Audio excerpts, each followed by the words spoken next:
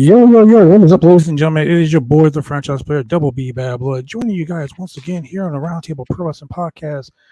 Man, AEW Dynamite, and to my left, or to my right, I should say, I got your boy, the one and only Mr. Chemical Julian.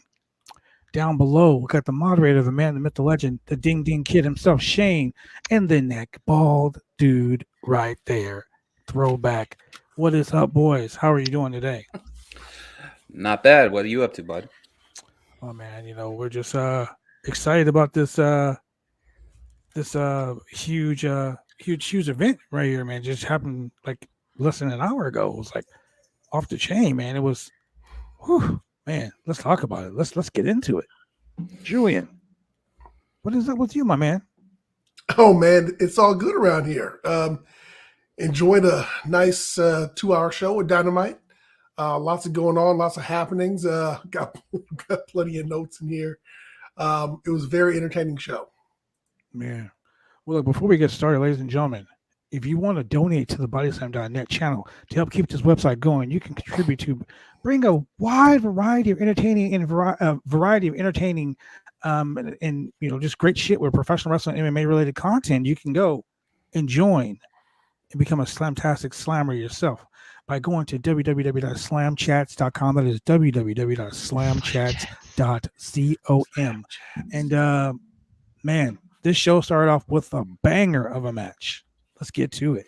Julian, what you got? Jurassic Express, Christian Cage, and the Lucha Brothers versus FTR, Private Party, and Matt Hardy. Your favorites. The Hardy Family Office. HFO. Hey, we always love to see FTR wrestling. Always going to see Private Party out there. And hey, you know what? Christian Cage doing his thing, his borderline heel antics as of late, along with Jungle Boy and the one and only Luchasaurus, who had the best promo in the backstage segment with the Lucha Brothers. Yeah. And, the fallout from this, before we get to the fallout, hey man, FTR was in there doing their thing. I'm a huge fan of these guys. I love their work. I love everything they do.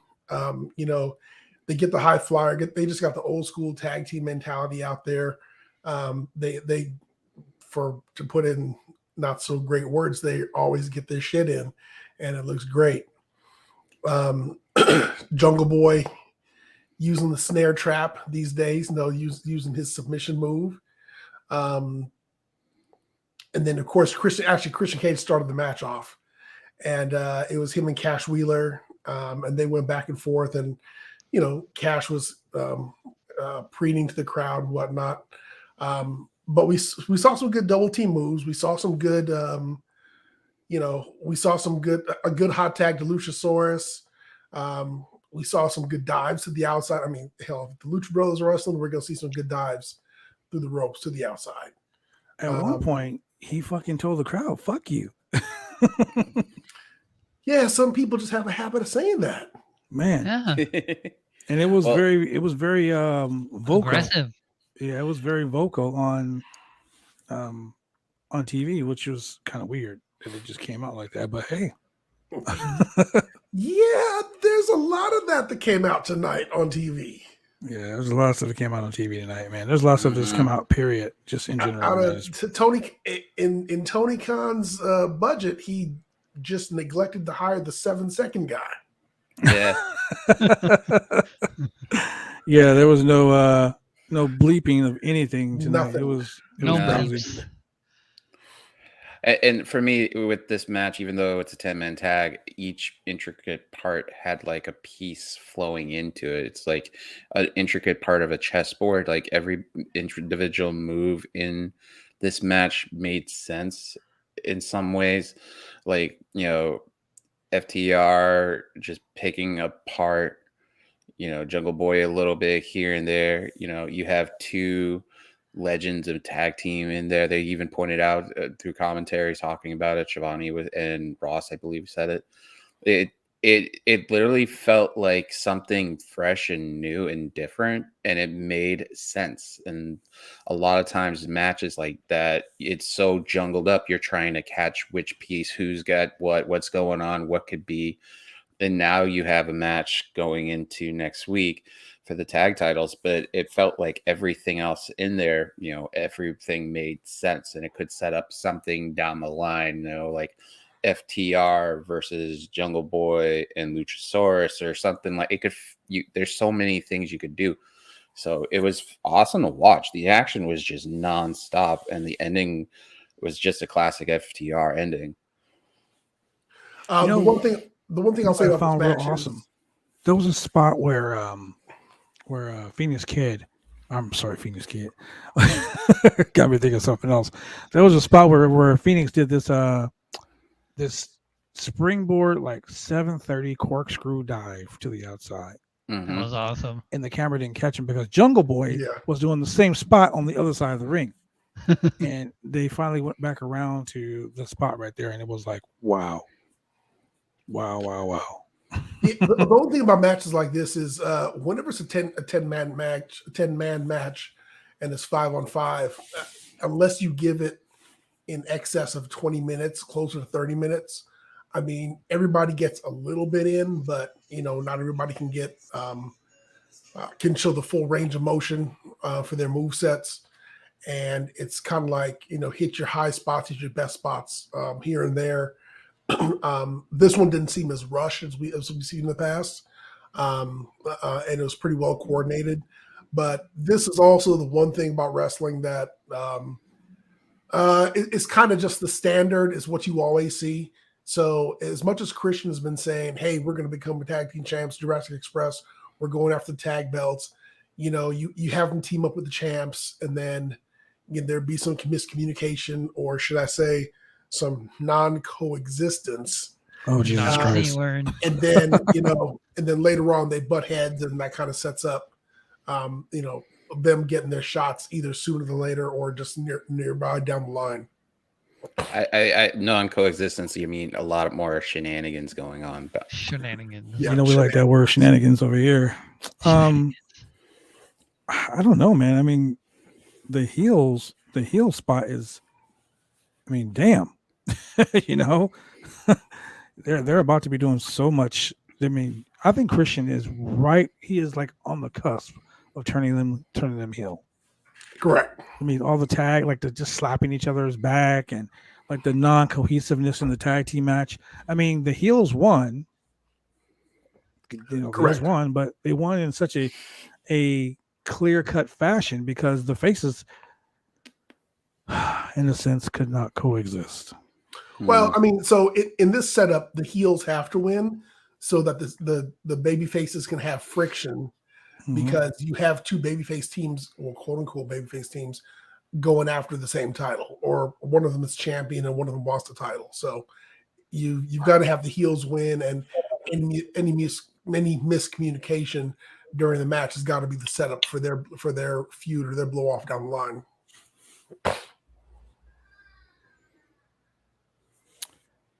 Yeah.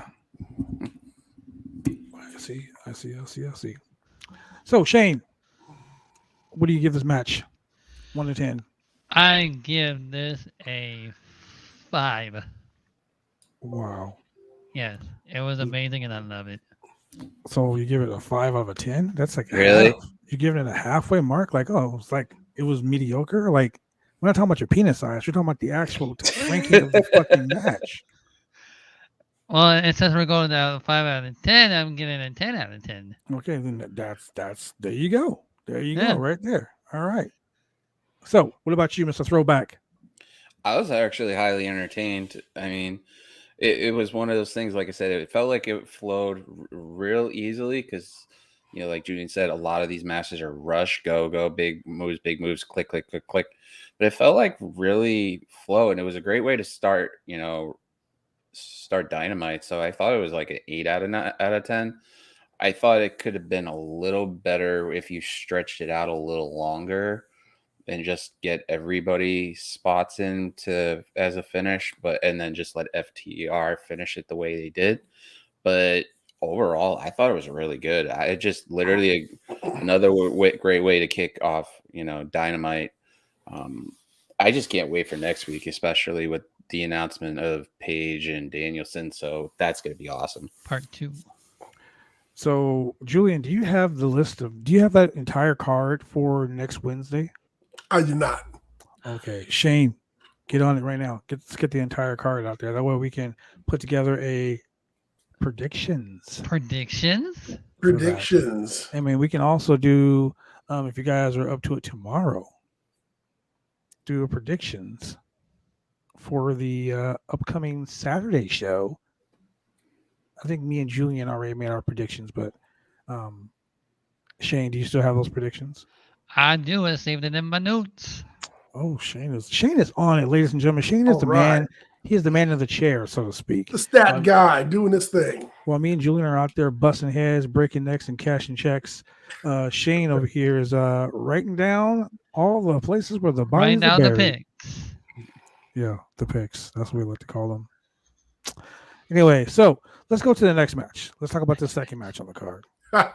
Julian, break it down. Oh, man. So 2.0 versus gold. Eddie Kingston, Santana, and Ortiz. You already know what I think about 2.0. Focus gold. Yeah. Come on now. Mm-hmm. Hey, I posted something on Twitter the other day. And I did it because I was watching the Bucks show, BT, and those idiots from 2.0. They were like, "Oh, they had to play against each other because they're the BT champion, so they had to play their little game against each other, right?" And he kept telling like the one the little man bun on top of his head, the long hair one. He kept telling Brandon Cutler, "Are you trying to fuck with me, man? Are you trying to fuck it with me? Are you trying to get fucky with me?"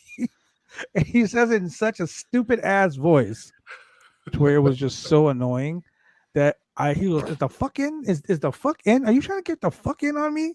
It was just so hilarious. Like they're stupid, but they're stupid funny. So in this match, Eddie is just Eddie's Eddie. Eddie right now is really taking the old Moxley unstable kind of position in the company and in these matches. I mean, he's fighting everybody. I mean, he just comes out swinging.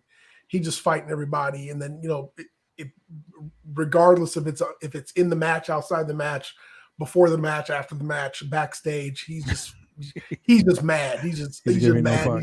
He's just mad and crazy. And so in this match, Santana Ortiz, they get the double, they do the double team. Santana actually hits the Three Amigos. Unfortunately, we went to picture-in-picture in this match. I mean, which is fine. No, I hate Blood's favorite thing. And but Eddie gets in there, man, and he just starts beating the shit out of people. And then then you get a fistful of Tyson, a 1, 2, 3 for a roll up. The best part about this was after the match was, Eddie Kingston, Santana Ortiz are just getting their asses handed to them. They're getting stomped out in the middle of the ring for quite some time.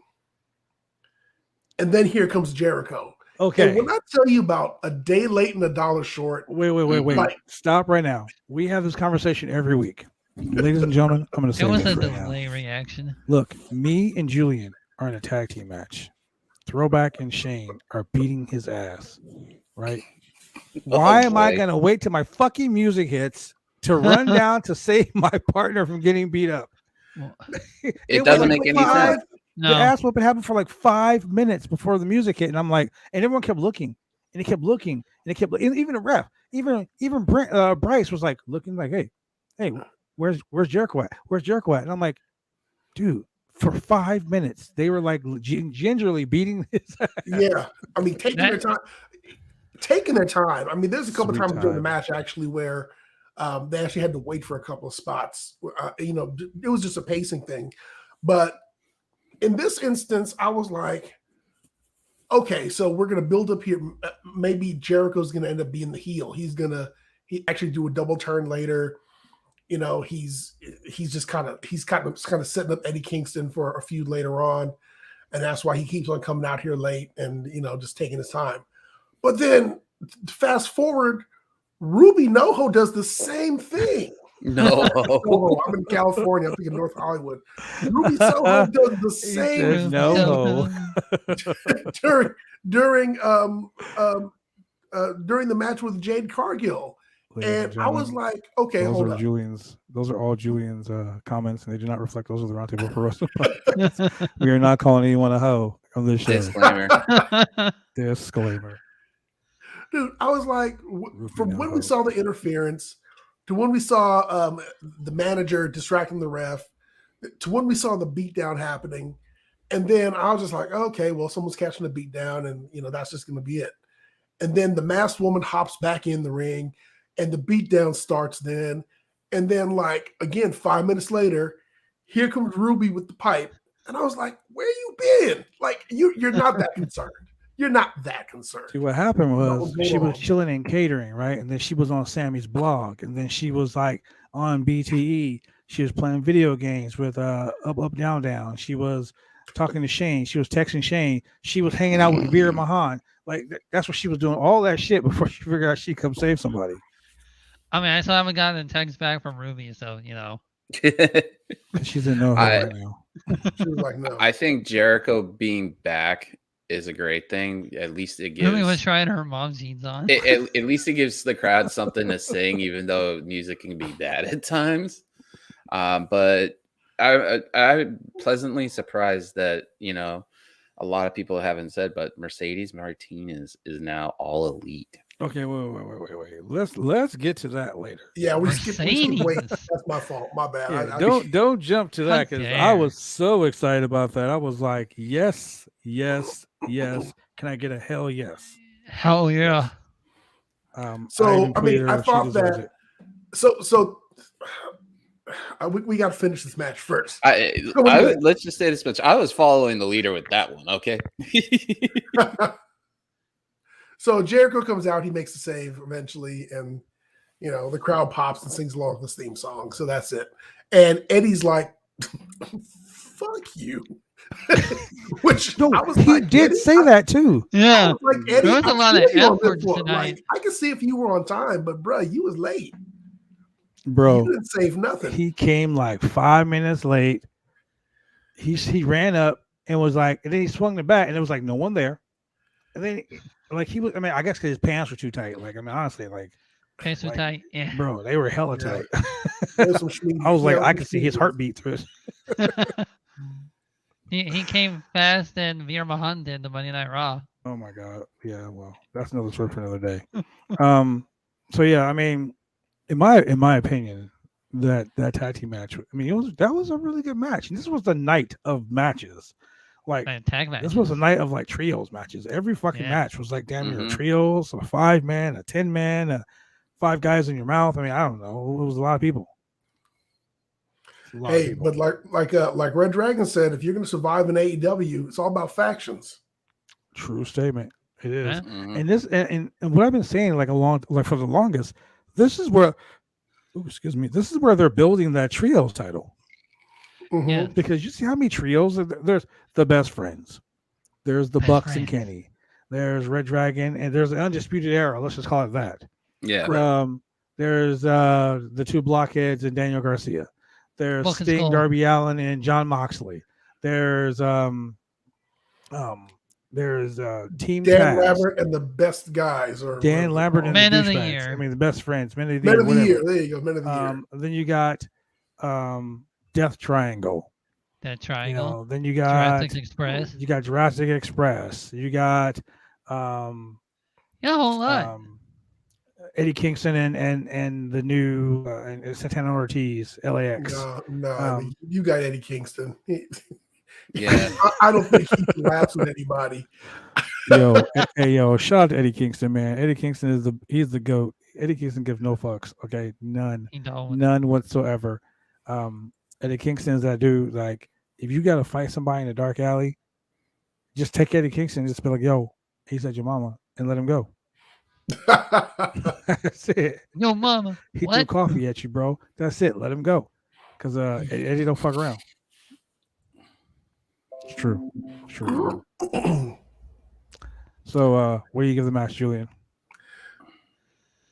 You know what? I'm gonna give this match a 7. Oh, a 7. Yeah, I'm gonna give it a 7 because it was a.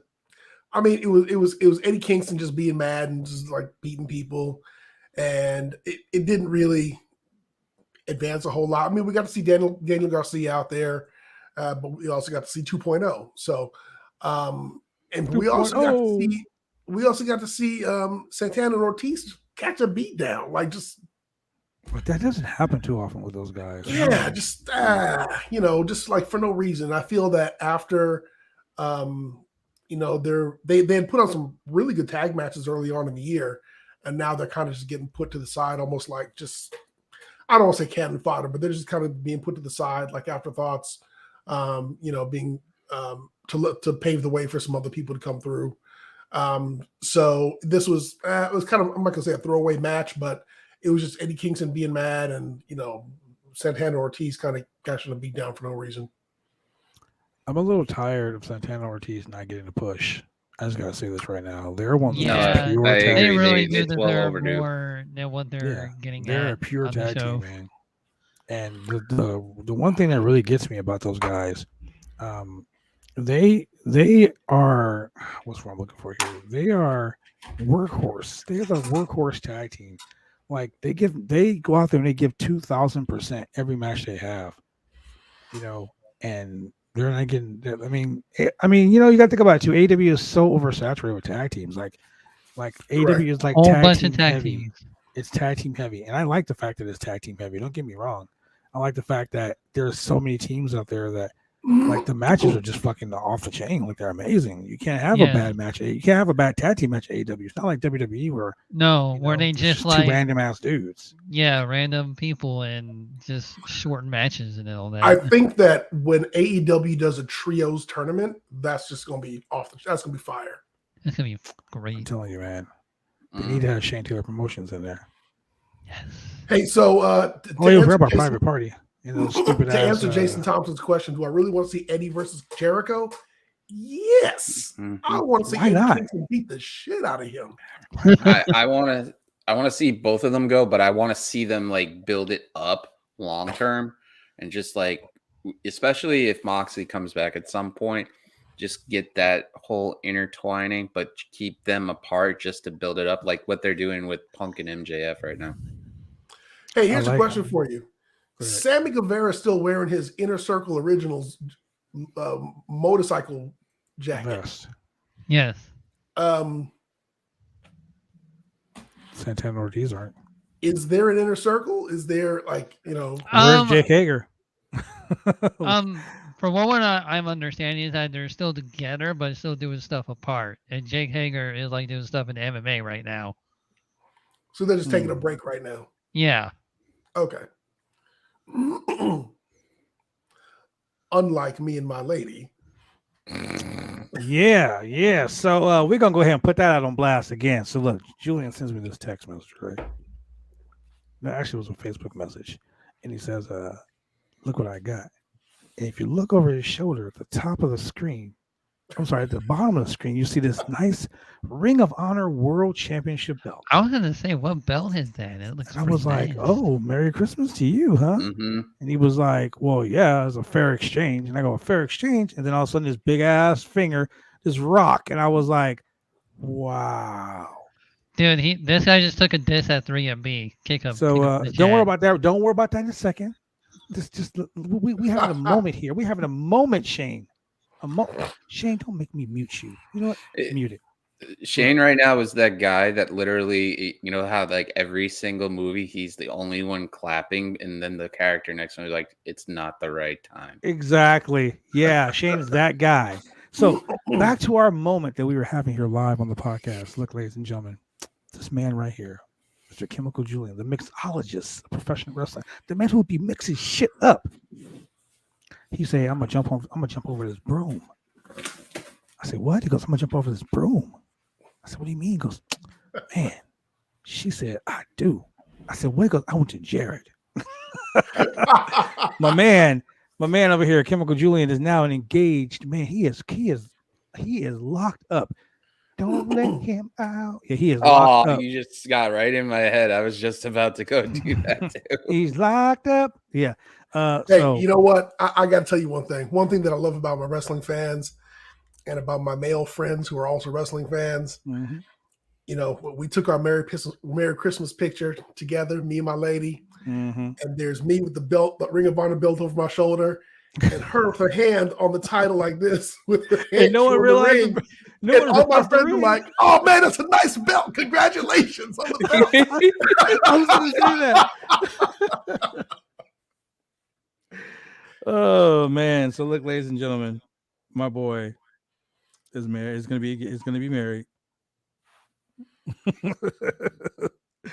Speaking of married, I don't know how this marriage between MJF and Wardlow is going to be going because there ain't no marriage between them cats. They got a contract. He got papers on him. So getting to that, did you see how pissed Wardlow looked? Like he was just sitting there. He was like, MJF. He didn't even look up. And then you got poor chairman over there, just chilling with his fucking suit jacket on, and his no shirt, his too tight pants, and his silver and gray Jordans. I'm just like, at least he wearing Jordans. I mean, shit, at least he got some kind of taste. I'm like, why is Shawn Spears acting like he's having an orgasm every time he hits someone with the chair? Didn't you notice the chair with the print on it? They had the print from MJF's scarf. As the scarf. I rolling merch and shit. It was crazy. So he basically says, "Hey, get the lawyer." Smart Mark Sterling slides up in there with a contract, and he rattled that contract off so fast. Oh yeah. I mean, because he legitimately is a lawyer, you know. I mean, he rattled that contract off so fucking fast. It was like, damn. And Wardlow was like, what is this all about? Like, what is this all about? And basically, he was just like, yeah, you win a championship, you get a win, you have an exemplary win-loss record, you find the hottest girl in the building, your mama gives you like the last $10 in her bank account. You know, you get your mom's SSI. You know, you win the lottery 3 times over. All that shit comes to me.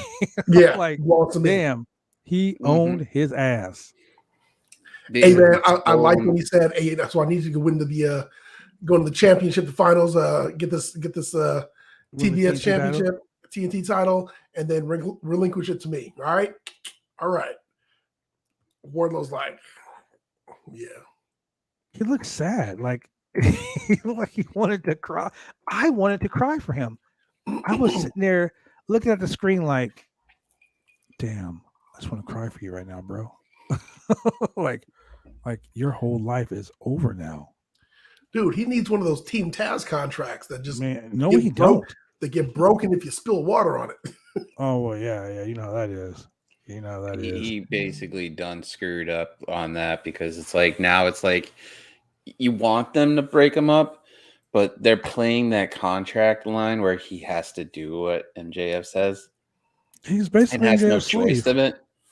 So when they do break it up, you're gonna see the biggest beating, and I wouldn't be surprised if once Punk gets through him and stuff like that, Wardlow's standing right behind him and just demolishing him afterwards. Contract on the pole match. Oh yeah, this is what I see coming. This is what I see happening, and I really hope that it does happen because it would be funny if it did. MJF goes through this whole thing, and he's like waiting for Wardlow to win the title. Wardlow wins the title, and as soon as Wardlow wins the title, Wardlow walks up to him and goes, I want to be future Endeavor. Yeah. And there were a lot of WWE lines thrown out tonight. Let's just call it what it is. A lot. I mean, let's go to Dan Lambert calling Brandy Rhodes a stripper and some other shit. Brandy came out, ladies and gentlemen. Look, she spit so much hot fire, I swear she was in hell. She walked out and she said, "Listen here, you fat, roly-poly, less talented Paul Heyman." I was like,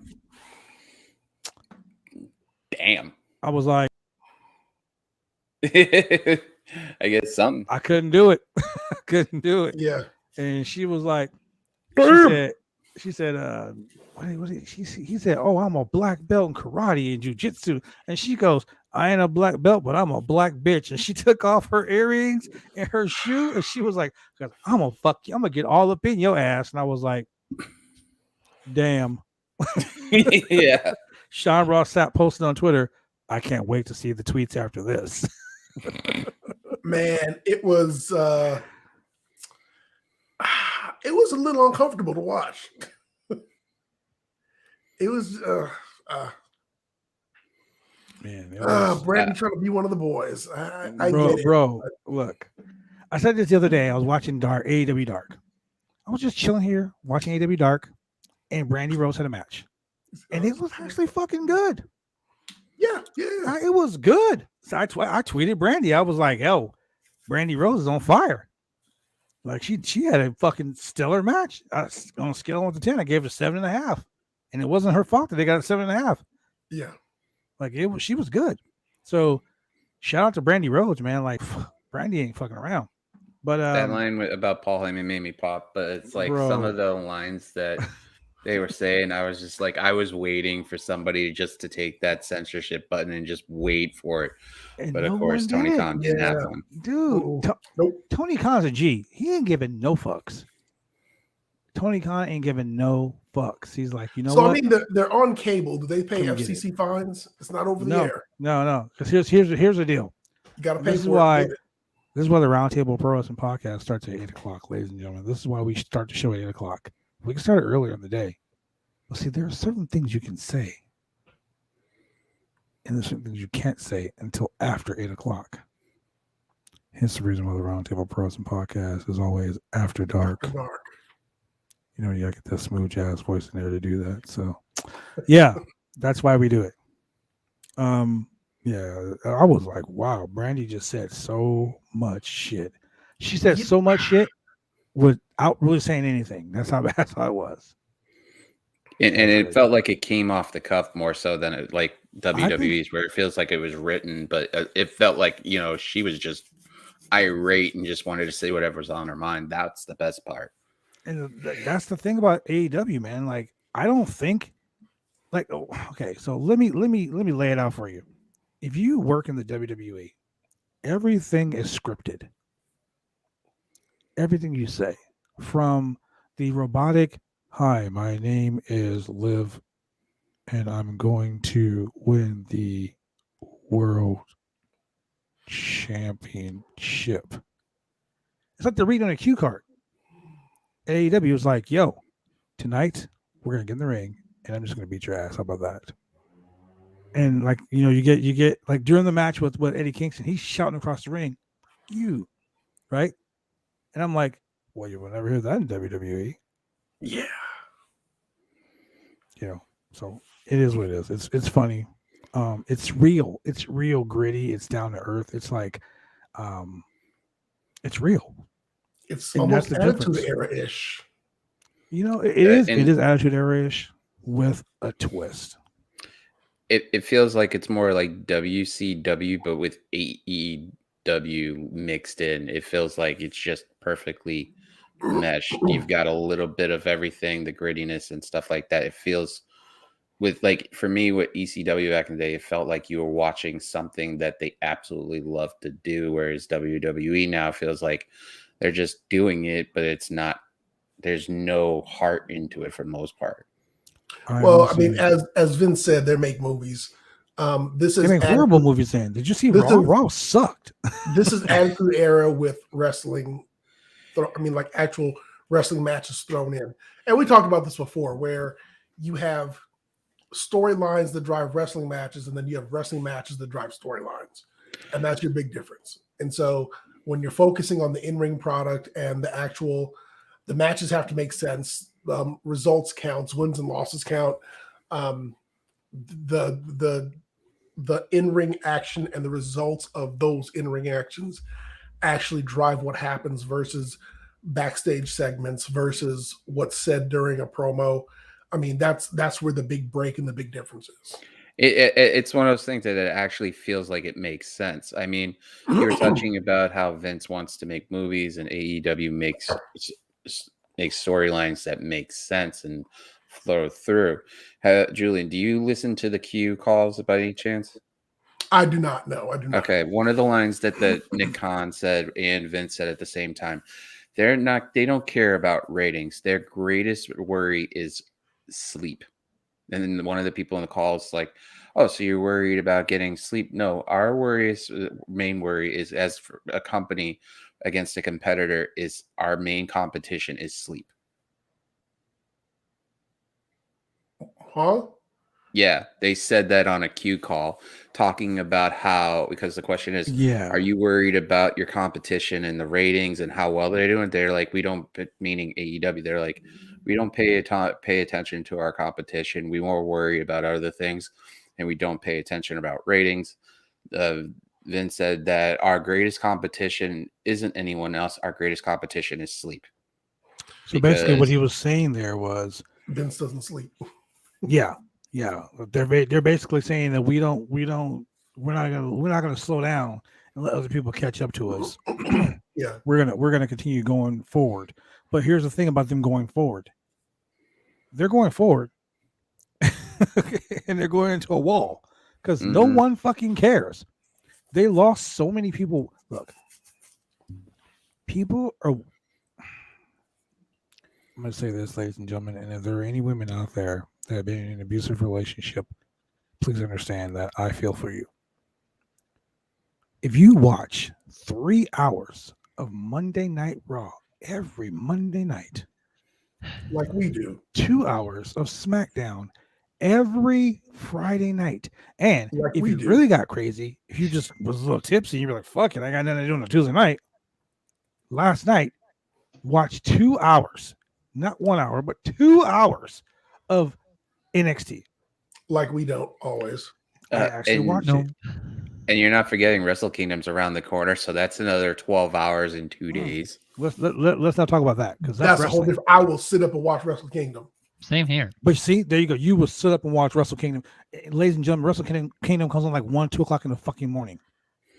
Okay, it really does. Wasn't it like 3 a.m. Eastern time last year? Yeah, you know. So it's like we're talking about wrestling late at night, like late. Like people are.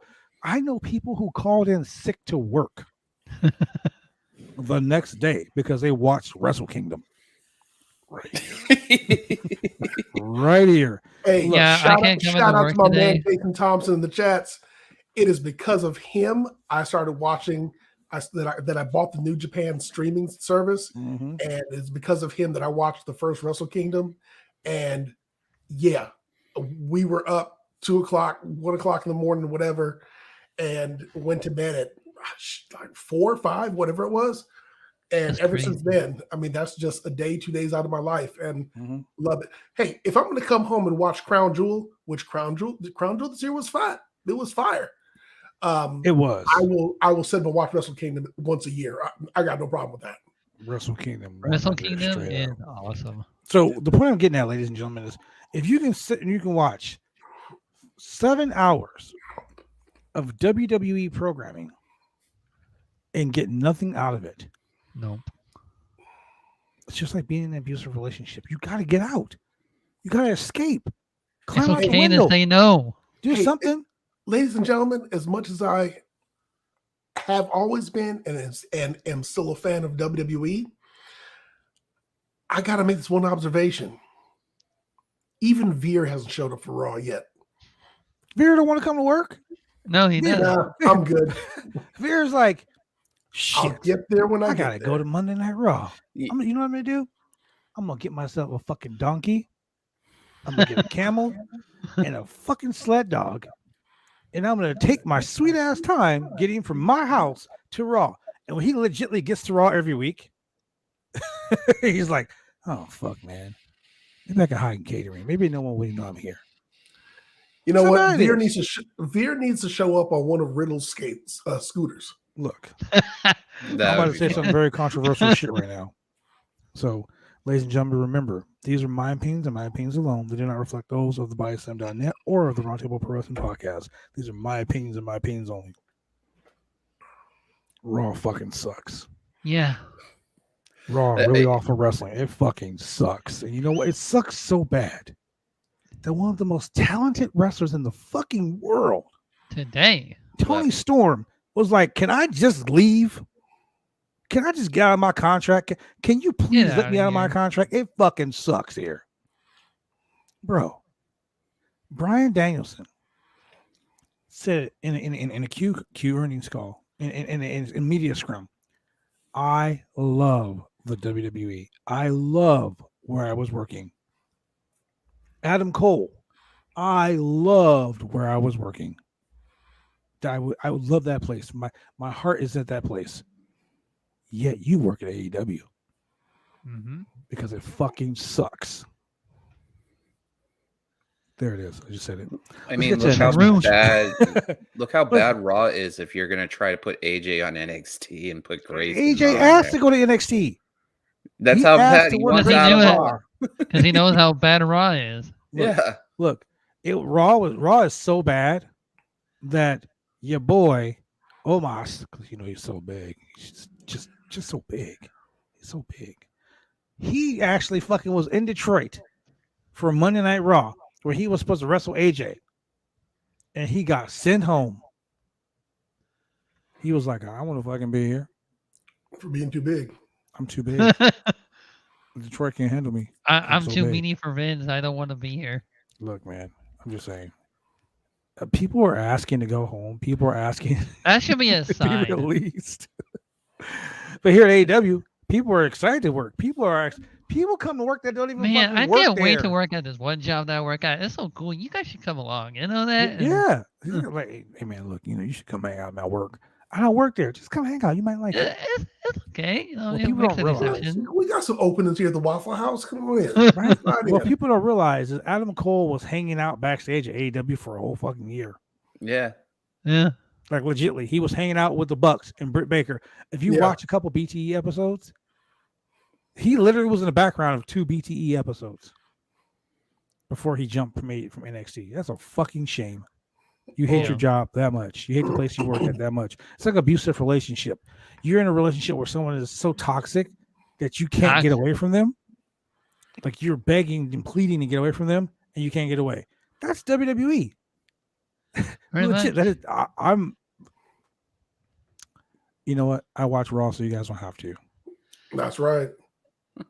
And our soul dies on the inside every time. Every week, my soul dies a little bit inside. I die a little bit inside because I'm watching Raw for you guys. So you know what you guys can do for me? You know, fans, if you're watching this podcast, if you're listening to us on Spotify, Google, Amazon, iHeartRadio, Pandora, all those cool places. If you're watching us and listening to us on all those places, if you're watching on BodySlam.net and you're watching on all the multiple YouTubes or Twitter or Snapchat, Twitch, wherever you want to watch, wherever you're watching this show, wherever you're watching this show, do me a favor. Do me a solid. Okay. Go to www.slamchats.com. You can donate to BodySlam.net to help keep the website going so we can continue to bring you a wide and entertaining variety of professional wrestling, MMA related content by going to www.slamchats.com. You can help us out because we're going crazy watching this show. We are losing our minds watching this show. And who knows, maybe once you help out that website, Veer Mahan might actually show up to Raw. Veer is never coming to Raw. Let's just call it. Veer is a meme now. Veer will never come to Raw. He's where's Waldo? I've seen Waldo. Where's Veer? I found Waldo. You ain't gonna find Veer. That's a damn shame. So let's get to the next match. Let's go talk about the next match. So Wardlow powerbombed the hell out of Colin Delaney. So that was that. Shame. Rip Colin. The only bright spot on this is the one of the power bombs. He rolled in back into another one and got pounded on the mat even harder. Just over and over. Yeah. I don't know what to say, man. Colin Delaney, he's an indie vet. That guy's been around for so long. He took some time off, and then he came back, and he's getting destroyed. But hey, he's getting paid to be at AEW, so fuck it, take your money. That's right. Yeah. Make your money, boo boo. Make your money. So they had a very cool promo from Hikaru Shida. I love Hikaru Shida, and I love the fact that she wants to continue having this feud. She doesn't speak that great English, but what she did say was like, they call you the professor? Well, I'm going to teach you a lesson. I'm going to beat your ass. I was like, there it is. I'm excited. I'm here for that. I'm here for that. You get your next match in that feud, which is great because obviously Serena Deeb's is just, like you said, she's the Ding Malenko of women. So, I mean, now it's like everybody gets to see more of them go at it and see what real wrestling is. We all win. Yeah, I love it. I'm here for it. Like I said, I'm here for it. I am here for it. Oh man. So just to go back real quick, we fast forwarded and glossed over Jade Cargill versus Thunder Rosa. Two things from this match. One, Thunder Rosa's outfit looked pretty fat. She came out as Wolverine. X23, yep. Mm-hmm. Wolverine fan. Jade Cargill did this sick bicycle kick. Yes. To Thunder Rosa, which was a great looking move, but at the same time, she was selling the injured leg. So, all right. Well, we're going to talk about the one that she kicked when she went to do the kick in the corner, and she missed by like 2 miles. And Thunder grabbed her leg and was like, "Not today." Let's talk about the cameraman, where Thunder Rosa did 2 of these running drop kicks to Jade Cargill's inner thigh, her leg, but it looked like she was drop kicking something else from the cameraman's angle. Right? Yeah, pretty much. Right? The first time I was like, and then the second time I go, oh, okay, all right. Made you cringe a little bit. Oh, you might want to move that to cross my legs to do it from the other side or something. I was like, cross my legs, man. I know, man. Yeah. Yeah. It was, ladies and gentlemen, if you don't know what we're talking about, then go learn some anatomy, ladies and gentlemen, because that's what it was like. But yeah, all in all, like, I mean, I gotta say, I was pleasantly shocked at how good the match was. No, it was a good match. It was a very good match. I love Thunder Rosa. Don't get me wrong. Shout out to Thunder Rosa. She's probably watching this because she's always jumping in the chats or in the comments. So shout out to Thunder Rosa. I don't know, man. I thought it was a good match. I thought it was actually pretty good. It just kind of didn't go the way that I expected it to go. But I was pleasantly surprised by the outcome. And at first, when she came in and she did the spot that she did, it was like, was that a camera guy? They were saying the crew also in the commentary at one point saying that was somebody from the crew, and then the match was still going on. Correct. Yeah, like there was no disqualification or anything, So I was like, okay, well, get it in. Well, I mean, the ref was distracted, so he didn't see her get hit in the head by that, whatever it was, bottle or vase or whatever. Shout out to your boy Smart Mark Sterling for doing the distraction. Distraction. My boy was doing the most. He was getting distraction after distraction. He was doing it. But yeah.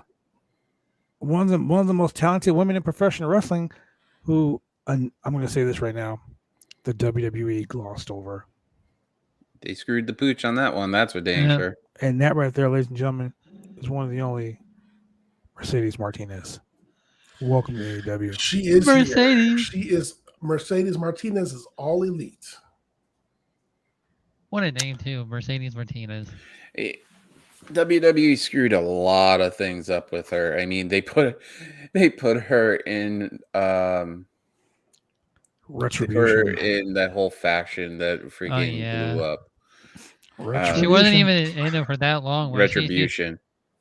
And then, like, they gave her opportunities for to go after the NXT title and stuff. They had diamond already made in the rough, and literally they just basically grounded it out and just let it go. They did. Yes, they did. She's very talented. Yes. She's amazing. And you know what else is amazing? I know, ladies and gentlemen, you're like, what else is amazing? Tell me. Tell me what's what is it? amazing. Big D's Barbershop? Big D's Barbershop. That's Good amazing. haircuts. We'll be right back. Drive me insane! All these rules are lame, have been taking all the fun out! Drive me insane! All these rules are lame, have been taking all the fun out!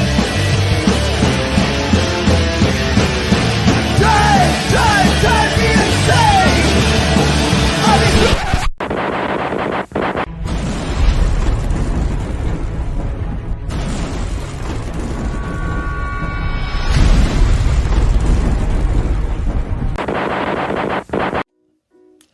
When you want to get your hair cut, you go get your hair cut right. You head down to Big D's Barbershop. Big D's Barbershop, Vancouver, Washington's best and brightest. 1019 Main Street, Vancouver, Washington, where you can go get your hair lined up, cuts, fades, shampoos, conditions, and all the great things that go with supporting a local barbershop in a local business area. You can also reach them online at www.bigdsbarbershop.com. Go get your haircut right.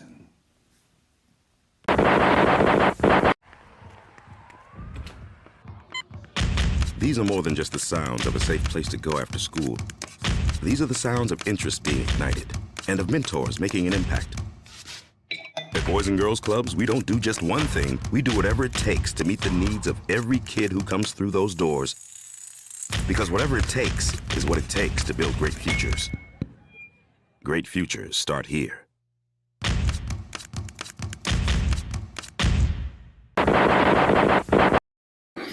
Yeah, back, ladies and gentlemen. Thank you for sticking with us here on this crazy show we call the Roundtable Pro Wrestling Podcast, sponsored by BodySlam.net. BodySlam.net. Where, I mean, if you want to find out some really cool wrestling news, like that story I told you about, Tony Storm asking for her release, you can go to www.bodyslam.net for all your news and needs. And if you want to make Julian happy, I mean, he's getting married. If you want to make him happy, you can do one thing. You can help him reunite 3MB. 3MB. Never going to happen. It's never going to happen. But all you need to do is make a petition to do a 3MB petition. Look, we like to try to make Julian happy on the show, okay? And he wants to reunite 3MB. So the best way to do that is to go to bodyslam.net for all your wrestling news needs. That's all you got to do. So, what are your thoughts on the matches? I'll start with throwback. What are your thoughts on that women's TBS championship? I thought it was pretty good. A lot of back and forth on the spots, a lot of submissions. I thought originally when the whole beginning of the match and it started going, I thought, Thunder Rosa was going to win it, but I'm pleasantly surprised how it went out.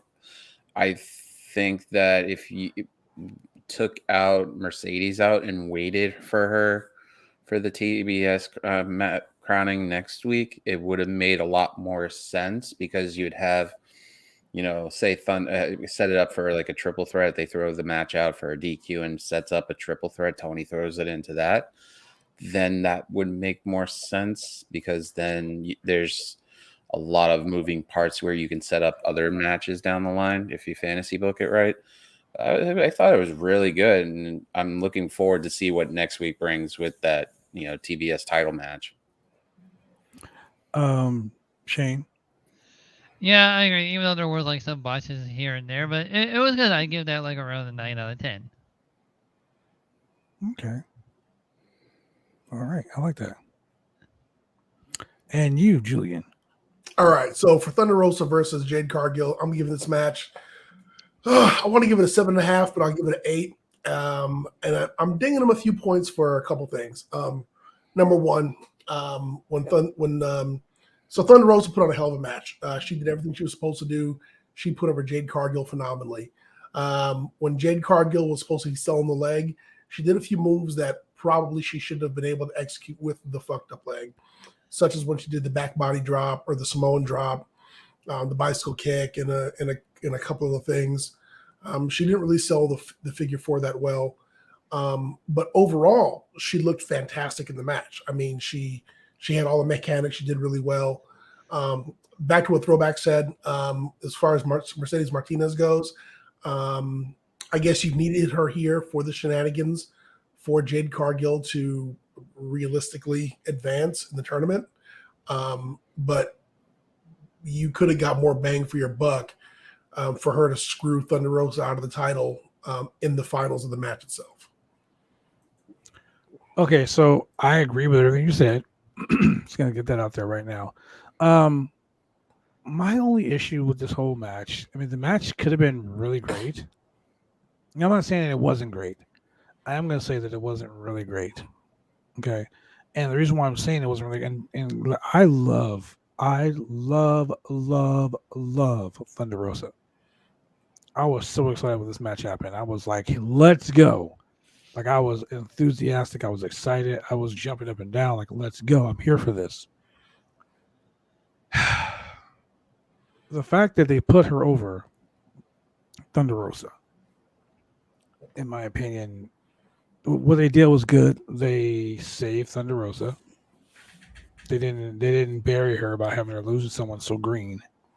But like you said, Julian, a lot of things that she did, were things that a experienced wrestler wouldn't have done. Yeah. You know, like if I kick Shane in his left leg, he's not going to squat my 235-pound body with a bad leg.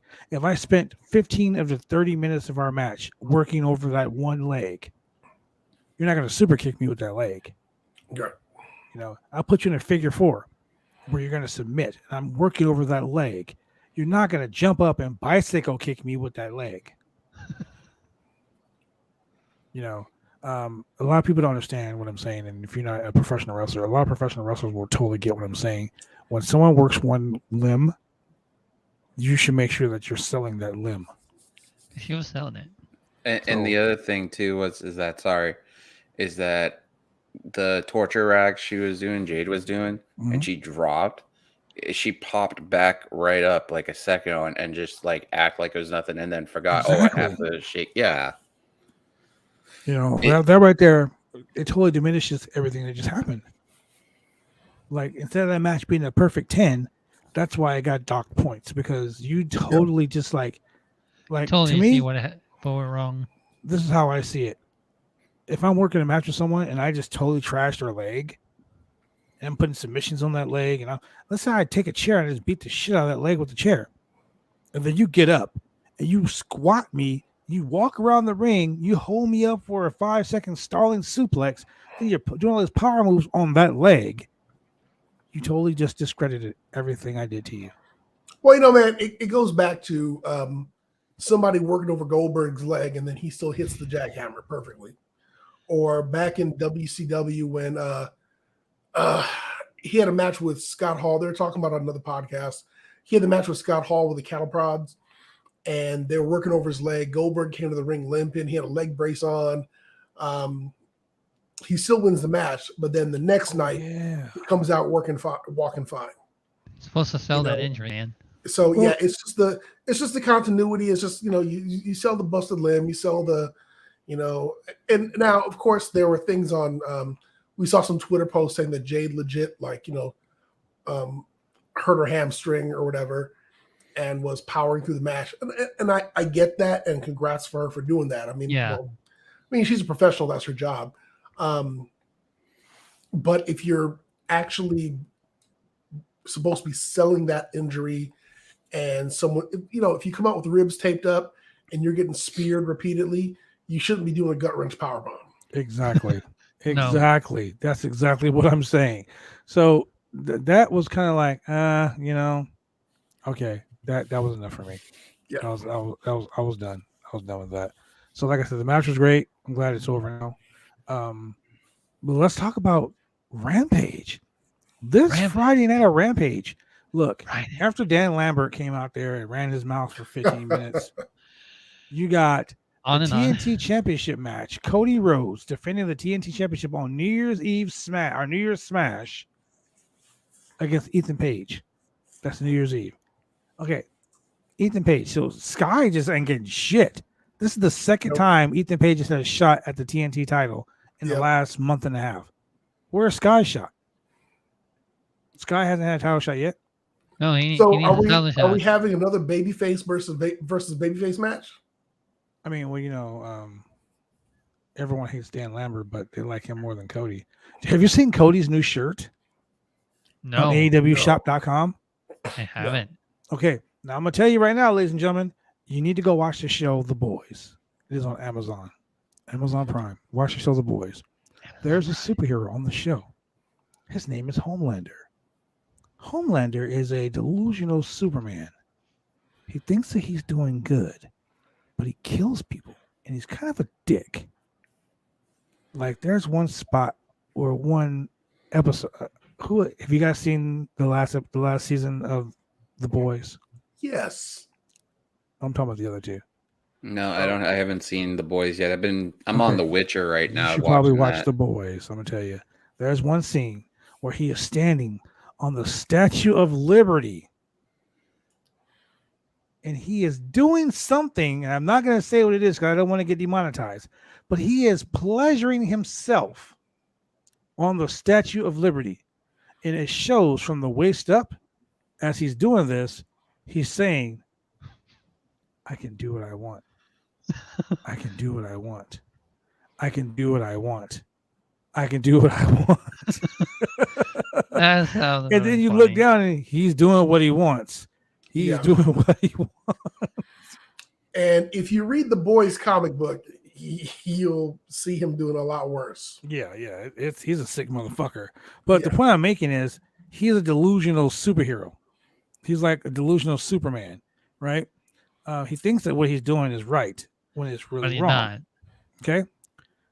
He doesn't believe he's the bad guy. Cody Rhodes' t-shirt, it says, and I quote, "Heel, face, winner." It's a check mark box. You can check if he's a heel, check if he's a face, but then he has his tattoo on the spot that says, "I'm a winner." That is a bad guy t-shirt if I've ever fucking seen one. That is like him saying, "Hey, I was in the bank and this guy robbed the bank.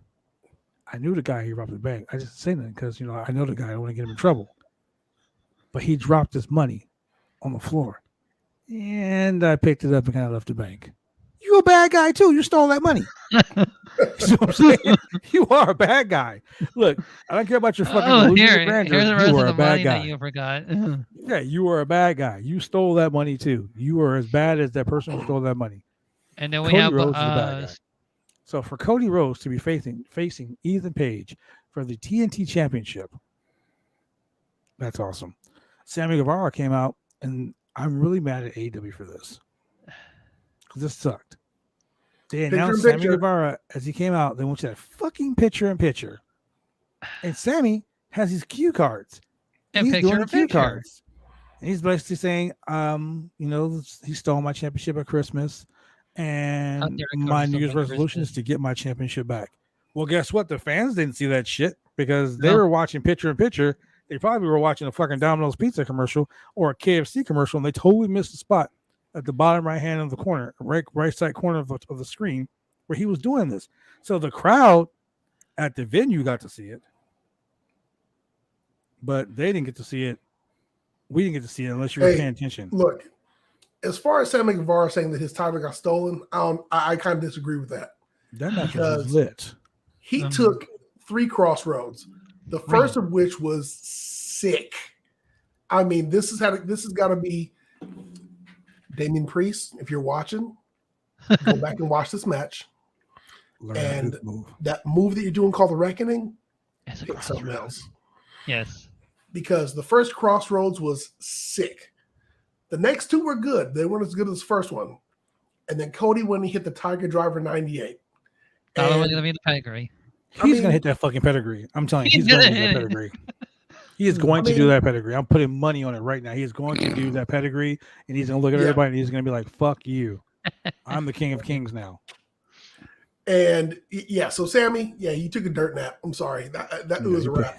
That time got taken from you. You were not cheated. Yeah, I will 1000% agree with that. He is going. Yeah, it was very interesting. I mean, Cody didn't have a golden shovel, but he could have had a golden shovel. Oh, he had a golden shovel. He pulled it out. I saw it. Oh man. Okay, so then this is. I mean, I'm gonna say this. I'm gonna save this last part for last because all the women are gonna get all excited. But we have a singles match between Anthony Bowens and Darby Allin. Signed for New Year's Smash. Now, Anthony Bowens, I fucking love him. He great. is so talented. He is an openly gay wrestler. And when people say things that offend him on Twitter, he is so politically correct when he smashes their ass. Yeah. Like he is so talented with he's basically the CM Punk of Twitter. I said it. Yeah. Don't at me. I said it. He's a CM Punk of Twitter. He knows how to shut you down by being diplomatic. And he's with my main man right there, Max Caster, because, ladies and gentlemen, go find Max Caster on Instagram. His raps are funny as shit. That guy he is so funny. I can be having the worst day. Look at the Max Caster video, laugh my ass off. I'm happy again. So Max Caster is going to be with Anthony Bowens because he faces Darby Allin and his father, Sting. Okay. Sting back in the day was like most like energetic, screaming, ooh, all that other bullshit, like exciting. Yep. Did the whole crow gimmick where he was like stoic and silent and like the crow. I like that too. But the fact that he's giving these motivational speeches now, he's like, you are somebody. And when this show happens, everybody's going to know that you are somebody. What the fuck did you just say, Sting? I was confused. I was like, can someone translate that? Like Sting is it even like, English? Like Sting is like he's like that grandpa that's telling those stories, back in my day, I used to walk to school with no shoes on in the snow during January. Yeah, I walked up the hill and I had no shoes on and I realized that we were on Christmas break. Like what the fuck are you talking about? And then you realize, that they were lying. Then he's like, I realized I was 36. I wasn't even in school anymore. Like, what the hell are you talking about, man? Just, and then Darby's like, yeah, what Sting said. You really what did he say? So, but then we have another match, a tag team match. And I'm going to be honest with you. WWE does this, and I rag on them for doing it. So I'm going to rag on AEW for doing it too. I'm not getting paid the con coin, so I'm going to go ahead and rag on it real quick. Penelope Ford and the Bunny versus Ty Conti and Anna Jay. How many fucking times are we going to see these guys in the same match? Yeah. Times. I mean, it's almost like the WWE's the women's tag team title thing right now. Like fuck. You can only have the match so many times before you get like tired of it. So, yeah. You're going to have apparently it's going to be a street fight. Penelope Ford and the Bunny are taking on Ty Conti and Anna Jay. Don't get me wrong, all four of the women are amazing wrestlers. They're talented. They're fucking above average, above they're above what WWE standards should be. They're good. Yeah. The only problem is I've seen this match 492,999 times. Wow, that's a lot. In 2 weeks. 2 weeks. So Tony Khan, if you're watching, Matt, Nick, if you're watching, please stop putting this fucking match on. They're probably listening right now and just be like, sure. Can we stop this match? Can we not have them face each other anymore in any iteration? I mean, we just seen Ty Conti in a submission match against Penelope Ford last week. Can we not have any more of these matches? Can we put them against someone else? There's so many women. There's so many talented women. Put Serena Deeb in a match. Rosemary. Okay? Come on now. I'll watch Serena Deeb wrestle fucking 5 matches in a night. I'll do that. Where's Red Velvet these days? Yeah, she is. You know what Red Velvet Abaddon. is? Bring Red Velvet bring is kicking all that Abaddon. ass. Where's on Dark. Abaddon? On Dark. Abaddon. Abaddon's on Dark with her 2 losses. She's scary. She's scary. Yeah. But then for all the ladies, for my girl Kate Hensler, Follow me on because I Twitter. know her and Cher Delaware, they love your boy Hook. Hook. Everybody loves Hook. Everybody love Hook. Everybody's thirsty for Hook. Who are you kidding? Thirsty. Hold for on, Hook. hold on. I gotta take a drink real quick. Wait. I'm no damn, I longer got that. thirsty for Hook. But everyone loves Hook. So Taz is gonna do a technique by Taz on the Hook's finisher, the Red Rum.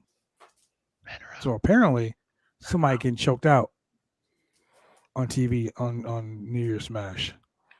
So this Friday, Hook is going to be on your TV screens, ladies and gentlemen. Get Hook.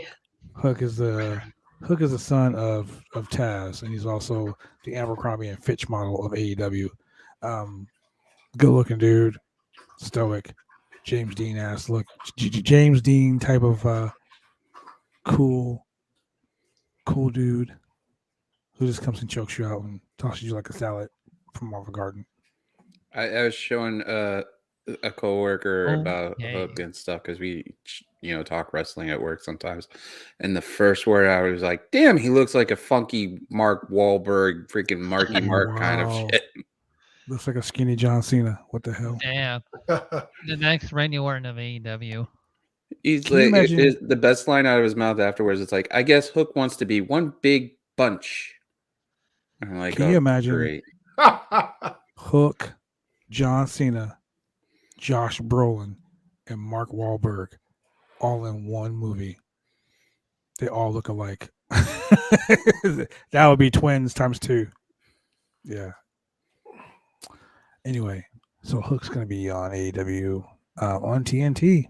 And ladies and gentlemen, next week, you got to remember, ladies and gentlemen, next week, AEW Dynamite will not be on TNT. It will be on the Superstation TBS. The Superstation TBS. That's right, the Superstation, not that bitch show. The Superstation TBS. Now we just zero for you. I'm just saying, everyone keeps calling the what's her name? Jade Cargill keeps calling the TBS one That championship bitch show. the bitch show because she's gonna be the champion. We knew that was gonna happen. So anyway, yeah. So that has been AEW Dynamite. Red Dragon. I think we kind of glossed over something here. Well, No, two things. we didn't go to the main event. Okay. We didn't talk about the main event. Well, I was I'll talking about get the it promo. over. But I want to point out the Punk promo where he used a former number 1 pick for the NFL, saying that they blew the money like the Cons blew Tim Tebow. Okay, that was funny. That was the funniest shit because CM Punk got the biggest boos for that, but it was so funny. Like, I've been saying this, guys. Brian Danielson, he ain't a heel. He's just telling you the truth. CM Correct. Punk, Telling you the truth. CM Punk's been a heel the whole fucking time. He's been a heel the whole fucking time, ladies and gentlemen. He has been a heel. I'm telling you, he has been a heel. CM Punk has never switched. He has been the same this whole fucking time. No one wants to believe it. No one wants to believe that CM Punk is, he's such a good guy. No, he's not. CM Punk is out for CM Punk. And I'm here for it. I'm here for it.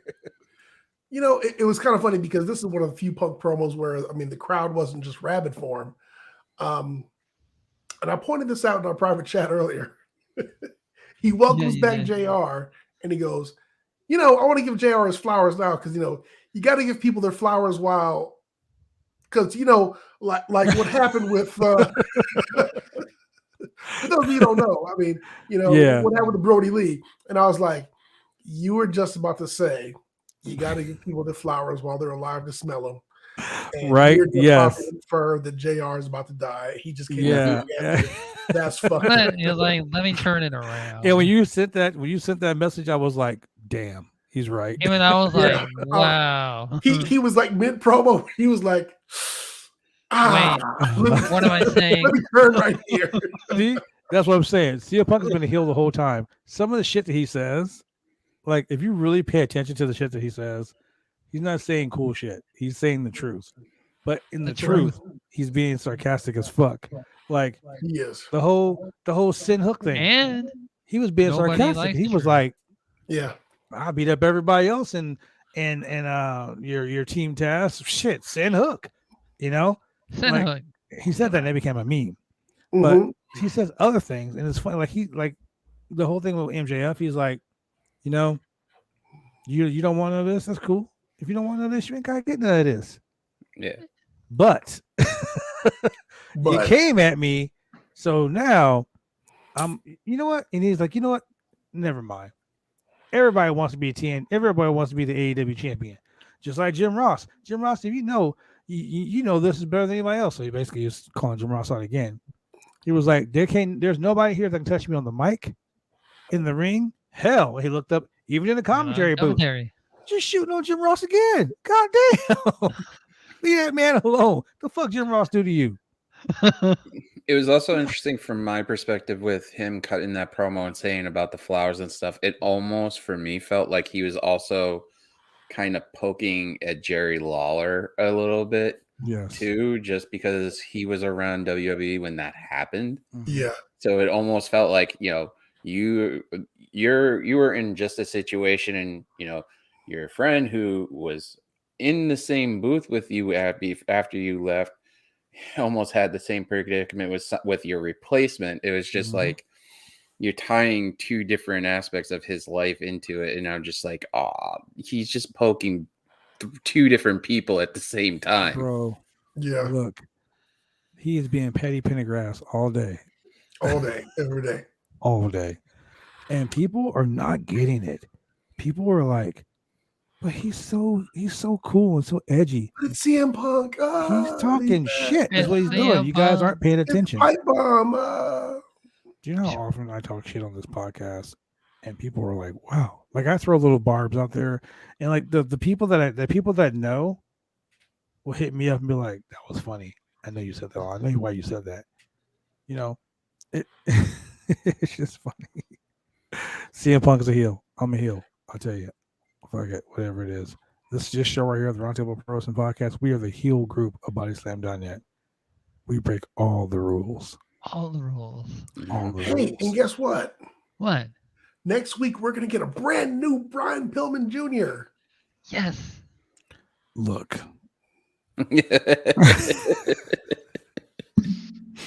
I'm gonna pull up CM Punk right now. Who gives a shit? Oh. Wow. Brian that's how Pillman you feel. Jr. is a talented wrestler. I'm not gonna shoot shade on him. Brian Pillman Jr. is a talented wrestler. He is one of the very best in the ring. But Malachi Black is gonna kick the shit out of him. And He acknowledged that Malachi Black kicked the shit out of his teammate. No, his brother. he got fiery too. And him too. He got fiery.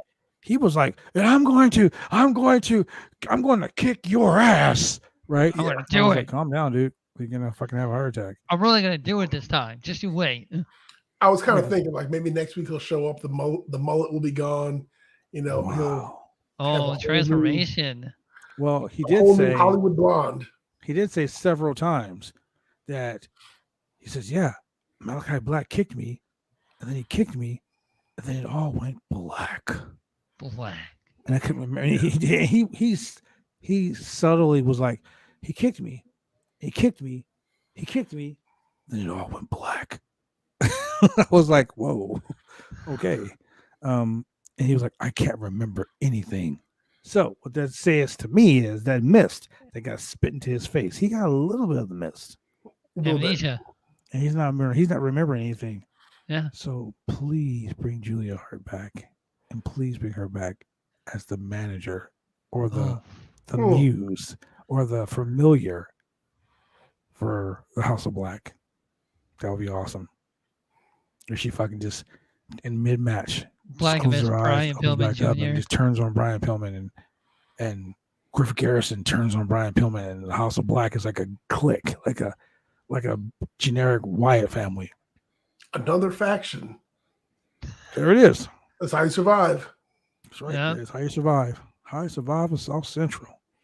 Look, gang. What did I say Gang warfare. 4 months ago? Gang warfare. Gang I am warfare. Here for it. War And game. speaking of gang warfare, tonight's main event. Yes, sir. It Time was for the talking is return over. for the first time in months.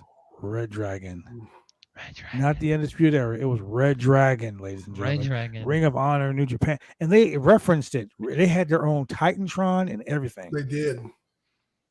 They came out, and I was like, "Oh shit!" And they did the little polls, you know. And then after they did the polls, Adam Cole came out, and I think Julian, Cassidy Haynes from Body Slam Done That, the boss, the Hefe, the man, posted this on Twitter, and it made a lot of sense. When Adam Cole comes out with the Bucks come out to their music, Mm-hmm. and Cole comes out to his. When he came out with Red Dragon, he came out to his own music. Mhm. Yeah. So he really is being neutral. And I love, and ladies and gentlemen, this is why AEW is so far superior to the WWE in storytelling. Adam Cole beat Bobby Fish. Beat Kyle O'Reilly. And then Kyle O'Reilly beat him in a match where Adam Cole left to AEW. Correct. So when he showed up last week, there was like this heat. And lo and behold, they walked in, they were in the room together, and he's like, "Yo, I know, we had heat." And they were like, "We had heat somewhere else." Yep. I know I can trust Bobby Fish. And when we're all together, we're the most dominant group in wrestling. That's undisputed. I was like, "Oh, he's dropping bombs." Like he's Dropping dropping the little undisputed nuggets. Correct.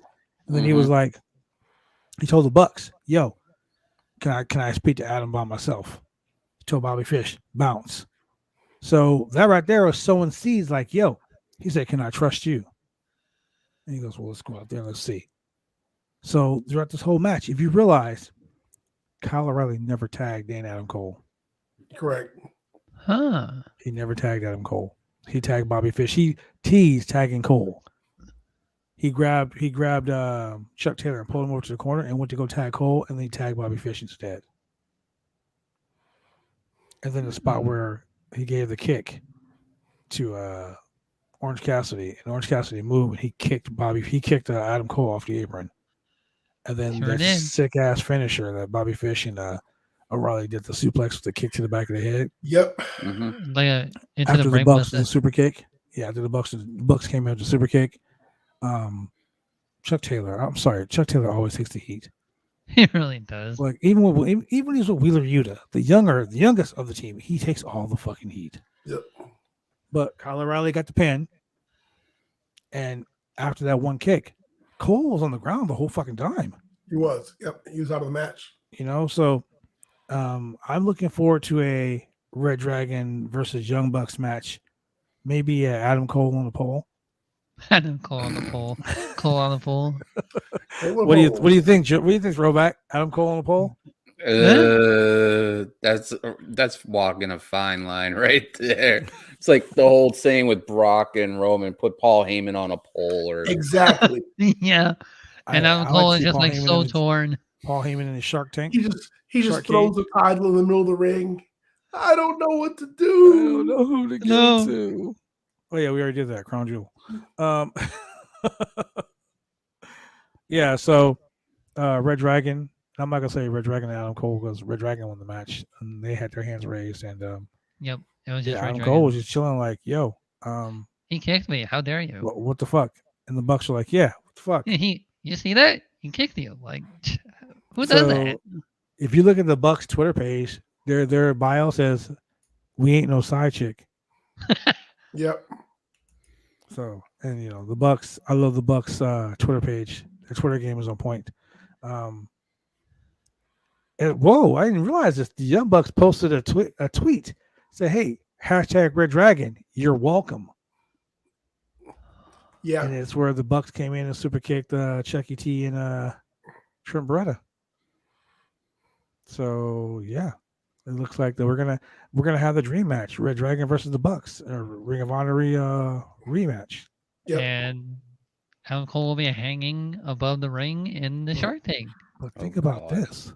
In Shark We Tank. always talk about these this gang warfare, right? Yeah. So what if we have Kenny Omega make his return and team with the Bucks against the guy that they killed, Adam Cole, and his Then he brought back homeboys? to life.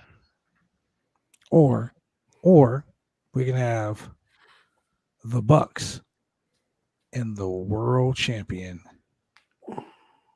Hangman Adam Page. What do you think?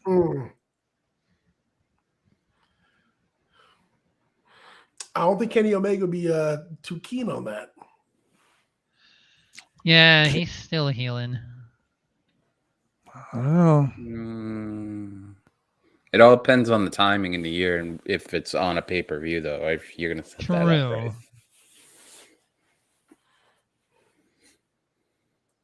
Well, we shall see. We shall see. We shall see. Shall see. All right, ladies and gentlemen, before we get off this track, before we just say goodnight for the night, I want to do something that we haven't done in a while. Since Throwback is on the show, let's give him an opportunity to play the game. All right, Throwback, yeah. here it is. We're going to play a game with you, right?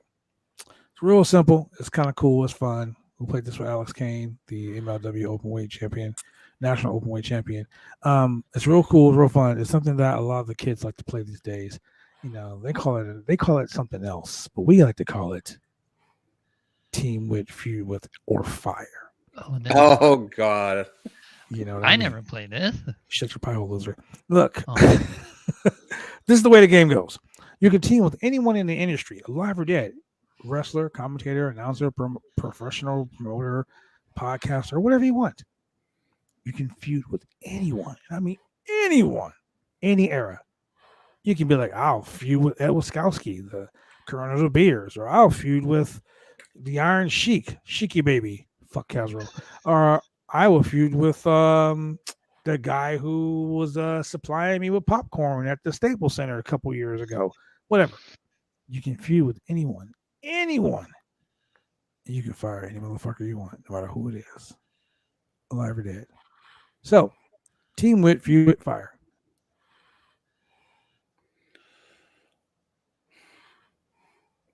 Honestly, since this what's coming up, as much as it's going to be easy, is I'm going to take my personal life out of this because obviously, if I said team with is going to be my girlfriend, obviously. But in the industry itself, I'd rather team up with you guys, at the Roundtable, and have like a fusion with the Crazy Crew and just have everybody on one good show and just have fun. Drew Nicholas is somebody I respect dearly, and it's sometimes a good feud because of this Crazy Crew title, we were feuding with each other. So it was fun. Like, we were cutting promos on each other. I had a flame light here in the studio, and I literally had it up in my face and says, I will burn this tournament down. And threw the flame light out. I still have it, but it's one of those Spencer ones. You get to throw it out and it just bounces. But wrestling wise, if I was a pro wrestler, I'd probably want to feud. Oh God. Probably Punk, just so I could hear him call me a fucking chubby asshole, a freaking ginger, dead ginger, or some shit. Wow. Wow, my boy went out there with that one. Hey, I am a ginger. It's just we just steal souls. That's why we have freckles on each arm. He's out here talking about stealing souls. Wow. Yeah, pretty much. And if I had to, I'd fire Vince. just for some of the financial choices. Him and Nick Khan, the financial Yes. choices they've made with that company. Some of the releases that have not made sense in 2021 and past releases. You mean none of them? Yeah, well, pretty much. But stating that you're letting go some of the talent for budget cuts when it's not really budget cuts because you just made, increase amounts on your shares and your stock, like insane amounts. Exactly. But in right. my own personal life, I would be, team up with my amazing girlfriend and, just it's fun to feud with friends, just like in video games or something like that. So I wouldn't fire anybody because I'm too much of a good guy and I got a good heart. But yeah, that's one of the dreams I have for 2022 that, the Roundtable crew here who've let me in openly with open arms and stuff like that, goes on the Wicked Crazy Pinfalls one day and all of us sit, shoot the shit and make fun of each other like we do all the time here when I'm here. So it's just something I'm hoping for one day. Let's do a big predictions. Wait. What are you doing Saturday? I'll be in New Hampshire visiting family. Oh, he ain't gonna be watching day one, ladies and gentlemen. Day one? So, day one, live. We're gonna be doing a live party. We're talking like we're gonna be getting drunk. Actually, it's New Year's Day. We'll probably be hungover. So, we'll be Not for 4 hungover. days. That's why we're not doing a show on Friday because we're gonna get hungover. So happy New Year, everyone. We'll see you on the 1st of January. See you at day one. Yeah, day one. Damn, we're gonna start day one drunk. Day one drunkish. That's probably better off. We're gonna start. We might be. Well, you guys might be so drunk that you might actually find beer. Oh shit! Here's at the liquor store. Just chilling. All right, so look, ladies and gentlemen, that's what we're gonna do. We're gonna have a live stream of WWE's day one. Prediction Warfare. Me and Julian. One of us is gonna be the winner. And this is what we do. Because I saw this on Wrestle Talk. I say we do the Royal Rumble also live stream. Ooh. But we do a Royal Rumble pool. Oh. Between your group, Throwback, our group. Oh. We'll all draw 2 numbers. A woman's entrance and a male entrance. Can it be a randomizer? It's gonna be random. It's gonna be random. It's gonna be random. Okay. So here's what we're gonna do. Except for this, the winner of Predictions Warfare gets number 30 in his choice of men or women's rumble. The loser gets number 1. I feel like that's gonna be me already. What do you think? Shane, you didn't even do predictions. No. It's me and Julian. I'm already in. How about this, right? And this way it comes down from the franchise himself. Oh, shit. Come on tomorrow night. Lay the gauntlet on them. And I will literally wear at the Rumble because I still have to do my prediction show for the tournament and help produce those. I will wear the Wicked Crazy title on my shoulder. Bet. And you can see that beautiful thing that you've been wanting, that you've been telling me all the time. I need another belt. I need another belt. I got 5. I need 1 more. 6 is the round. What's What's another belt? Come on. Yeah, you have your championships. Do you have a podcast title?